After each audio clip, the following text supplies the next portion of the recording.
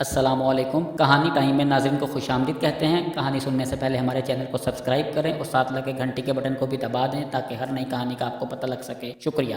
شروع کرتے ہیں آج کی کہانی۔ وزیر کی جان پہ بنی ہوئی تھی، فقیر بات ہی نہیں سن رہا تھا۔ آخر طویل منت سماجت کے بعد فقیر نے سر اٹھایا۔ ہاں بول، کیا کہنا ہے؟ وزیر نے ہاتھ جوڑے اور بتانا شروع کیا کہ 1 مہینہ پہلے ہمارے بادشاہ سلامت نے اچانک دربار میں ایک سوال اچھالا کہ کامیاب کردار کے لیے تربیت زیادہ کارآمد ہے یا ماحول؟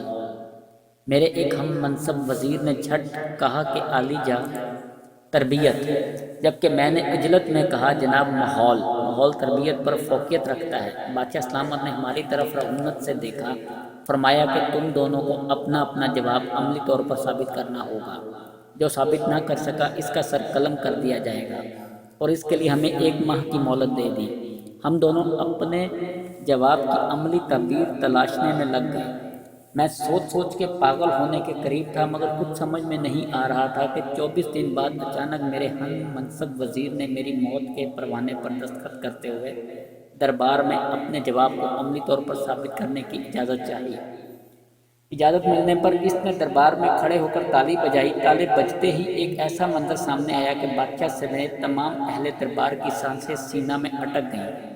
دربار کے ایک دروازے سے 10 بلیاں منہ میں پلیٹیں لیے جن میں جلتی ہوئی موم بتیاں تھیں، ایک قطار میں خرامہ خرامہ چلتی دربار کے دوسرے دروازے سے نکل گئیں۔ نہ پلیٹیں گری اور نہ موم بتیاں بجھیں۔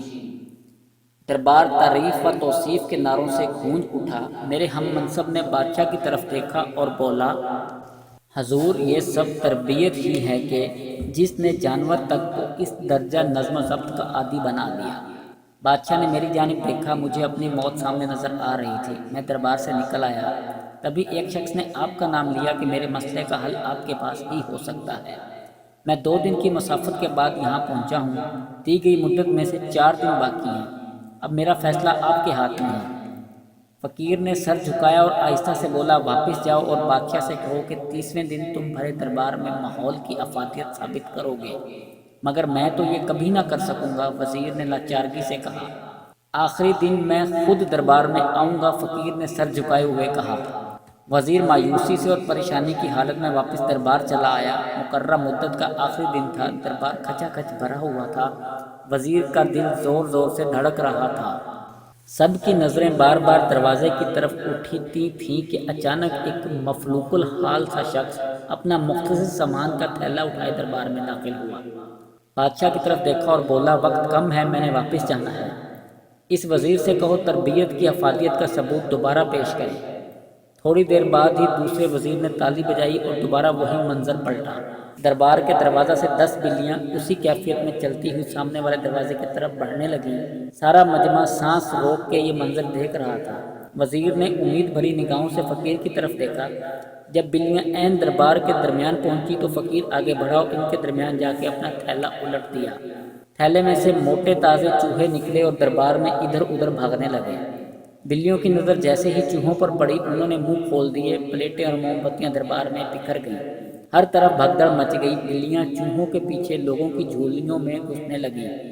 لوگ کرسیوں پر اچھلنے لگے۔ دربار کا سارا نظام درہم بھرہم ہو گیا۔ فقیر نے بادشاہ کی طرف دیکھا، بولا، آپ کسی جنس کی جیسی بھی اچھی تربیت کر لیں، اگر اس کے ساتھ اسے اچھا ماحول فراہم نہیں کریں گے تو تربیت کہیں نہ کہیں اپنا اثر کھو دے گی۔ کامیاب کردار کے لیے تربیت کے ساتھ ساتھ بہتر ماحول بے حد ضروری ہے۔ اس سے پہلے کہ بادشاہ اسے روکتا، فقیر دربار کے دروازے سے نکل گیا تھا۔